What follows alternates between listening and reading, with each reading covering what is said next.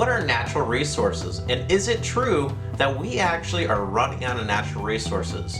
That we would actually need more than one Earth to actually keep up with our current use?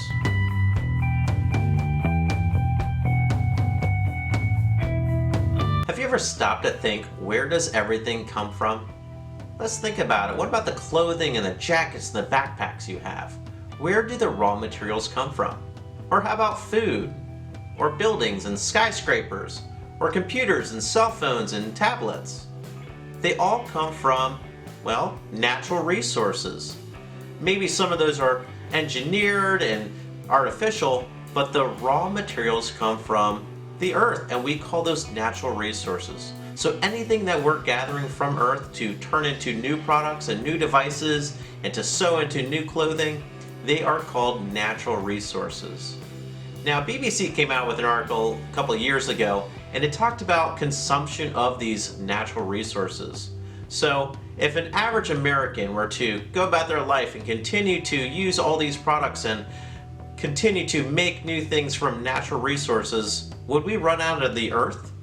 Now, they'd say we actually would need 4 Earths to keep up with the US's consumption of raw materials. If we were to look at China, they'd only say we need 1.1 Earths to keep up with it. If we were to look at France, they say 2.5 Earths to keep up with their consumption. And the biggest, I guess, user of natural resources was United Arab Emirates.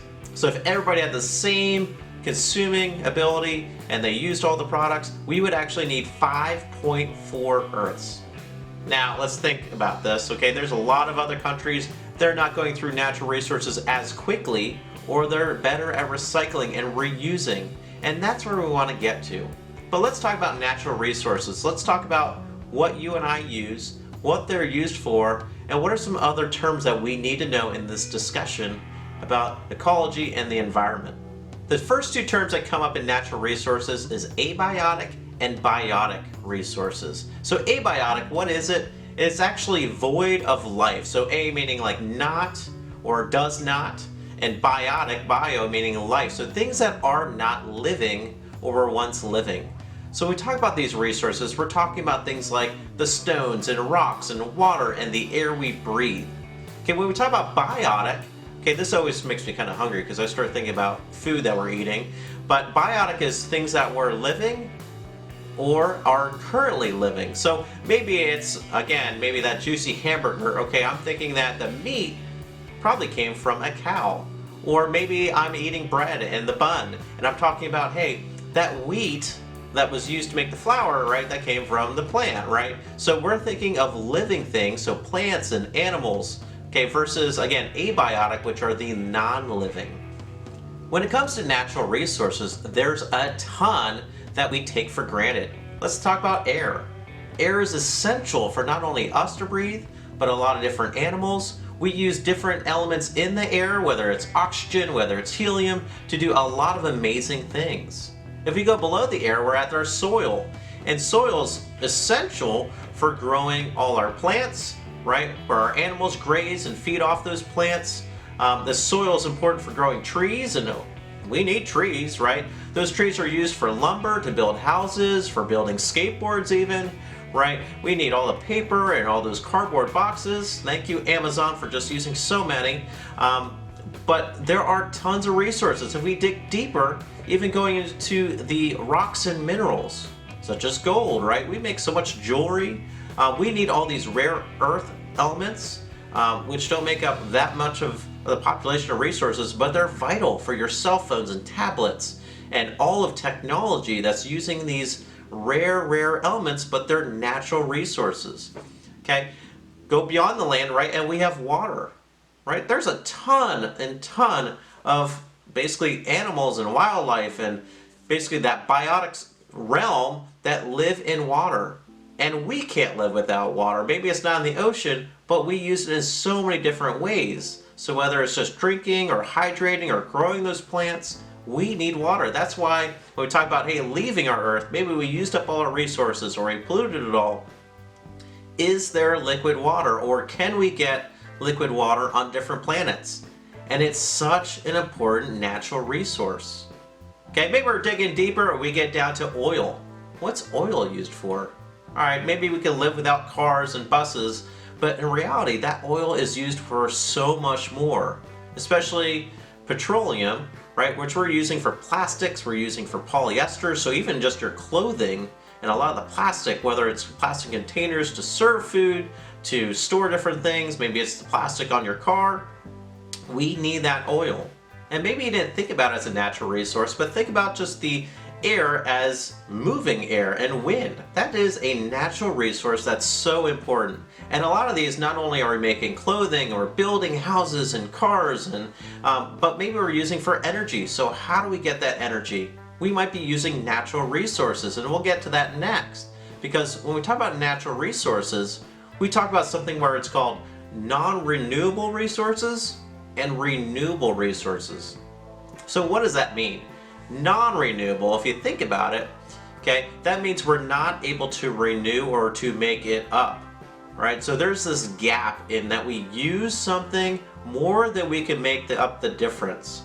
For example, if I go to my fridge, right, and I'm eating the food, and I'm eating it faster than maybe my wife is putting food in there, right, it's non-renewable, okay? I'm going to run to a point where there is nothing in the fridge. Now, thankfully, hopefully somebody will come around, or maybe I'll go to the grocery store and buy some food. Okay, that doesn't work that way with resources. So if we're using more or using it faster than we can replenish it, that resource, okay, then it's considered non-renewable. Okay, so if I'm using oil at a faster rate than it's being produced by our earth, it's a non-renewable resource, and we need to be very careful. And I think about back to these rare earth metals that we're using for cell phones and technology. What happens when we run out? Okay, those are things that are easily produced, and they take so much time for the earth to produce. What happens when we run out? Do we turn to recycling? Or can we even recycle it? Or have we destroyed it to the point where it's no longer the same thing? On the other hand, we have renewable resources. These are resources we're not using faster than they're being produced. So it might break even. So maybe, for example, I'm consuming milk, right? But a cow's producing just as much milk as I need or more than I need. And there's always that resource available. And so let's think about realistically what this means. Take, for example, maybe wood products. So maybe we're building houses or decks out of wood, okay?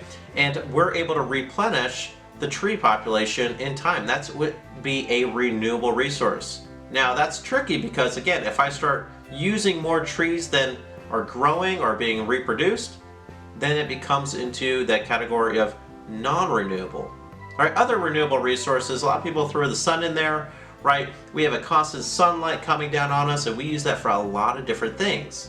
And we're not using it up. It's actually just something that we're using, and it's there. We're not going to use it up. That does get tricky though, because think about it, the sun is a star, and all stars have a cycle, and they're dying. All right, so technically our sun one day will run out of the energy it's giving us. But other non-renewable resources, all right, water is not necessarily destroyed. However, we got to be careful on the balance of fresh water and salt water, and where is it being used. Crops. Okay, this is a neat, interesting one, right? For the most part, that'd be considered a non-renewable because we can grow more crops, right? We have the seeds to do that. And we need to be careful, right? Because if there's a balance of we're using too much, for example, wheat, right? We can grow more of it, and that turns into a non-renewable. Hopefully that helps you understand non-renewable resources and renewable resources. We'll use those terms a lot kind of throughout the ecology and environmental videos. The next term that comes up is material resources. These are the resources specifically for building things, whether it's an object such as a desk, or whether it's a printer or a computer or a TV screen, or maybe a refrigerator, right? Those would be considered material resources. This also goes into include foods and drinks, so things such as, again, milk, or say water to drink, or soda, or soft drinks, or hamburgers, or chicken wings. Okay, those are all considered material resources. On the other hand, and we'll definitely spend a lot of time on this, is our energy resources. Where are we getting resources to produce energy or to sustain?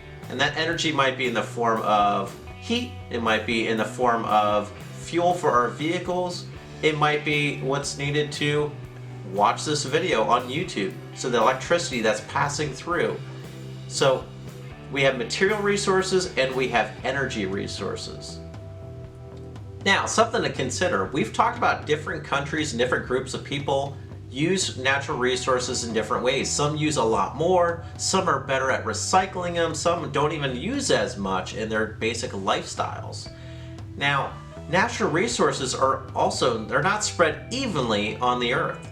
So China and the United States and Russia and Brazil, right, they don't have the same amount of gold.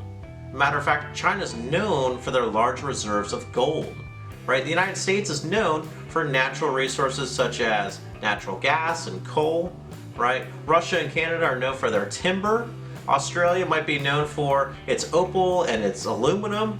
Also, India is known for its massive amounts of mica, which is used from everything from airplane fiberglass to different electronic components, right? So as we go through different topics in ecology and environment, keep in mind, the world has a role here, not only to conserve our resources, but to protect them, to make sure that we're not overusing, that we're actually keeping some reserve there. So thanks for watching today's video. Make sure you stay tuned for all the new videos on ecology and environment. Thanks for watching.